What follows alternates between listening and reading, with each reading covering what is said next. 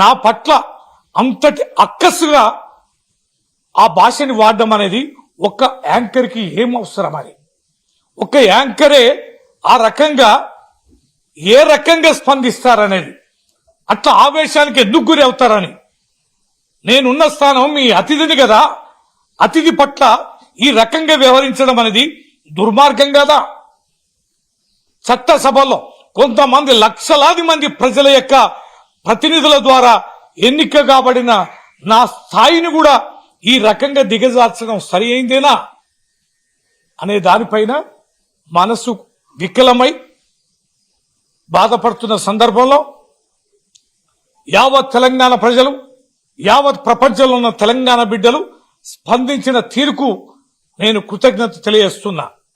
ఒక్క తాటిపైకి వచ్చారు, ఏకఖండంగా ఈ రకంగా వ్యవహరించిన తీరుని ఖండించారు. మా పార్టీ ఈ ఛానల్ని నిషేధించారు.